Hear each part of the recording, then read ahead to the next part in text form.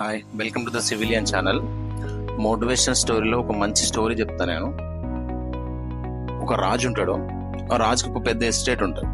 అయితే ఏమైతుందంటే అది వింటర్ సీజన్, చలికాలం. ఆయన ఎస్టేట్కి వెళ్తూ ఉంటాడు. ప్యాలెస్కి ఒక పెద్ద ప్యాలెస్ ఉంది ఆయనకి. ప్యాలెస్కి వెళ్తూ ఉంటే మధ్యలో గేట్కు వచ్చే ముందు ఒక బిచ్చగాడు ఆడుకుంటూ ఉంటాడు. అక్కడ ఆడుకుంటూ ఉంటే ఏమైతుంది, చలికాలం కాబట్టి అది వింటర్ సీజన్ లో చలి బాగా పెడుతుంది. అతనికి ఒంటిపైన ఏం లేదు, బట్టలు మాత్రమే ఉన్నాయి, కప్పుకోవడానికి ఏం లేదు. అయితే ఆయన ధనవంతుడు ఏం చేస్తాడు, ఆ రాజు నాకు క్వశ్చన్ అడుగుతాడు. ఏమన్నా, ఏంది ఇంత చలిలో ఉన్నావు ఇడా, ఇట్లా ఏంది, ఎందుకుంటున్నావు ఇట్లా అని చెప్తే, నాకు ఇట్లా కప్పుకోవడానికి ఏం లేదంటే లేదని చెప్తాడు.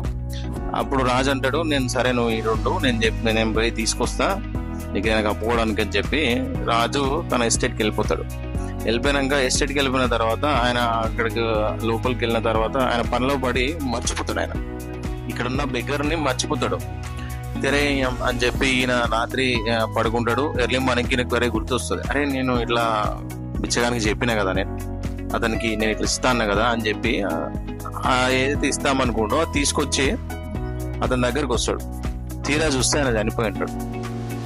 ఇక్కడ మోరల్ ఆఫ్ ది స్టోరీ ఏంది అని అంటే 2 పాయింట్లు ఉంటాయి. ఒకటి, ఎప్పుడు ఇంకొకరి పైన డిపెండ్ అవ్వద్దు. వన్స్ మనం ఎవరిపైన డిపెండ్ అయితే మనం కోల్పోతాం. When he depend on others ఈ లాస్.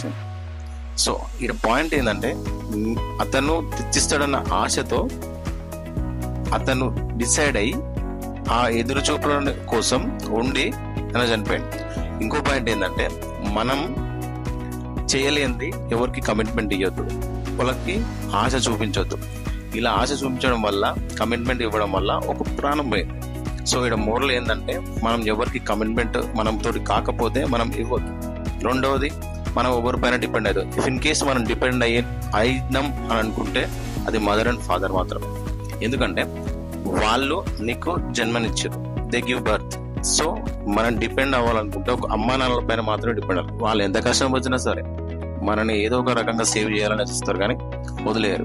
కాబట్టి don't depend on others. Thank you so much. Subscribe the channel. మీకు ఈ స్టోరీ విన్న తర్వాత మీకు ఏమనిపించిందో ఒకసారి మీరు కామెంట్ చేయండి. Thank you.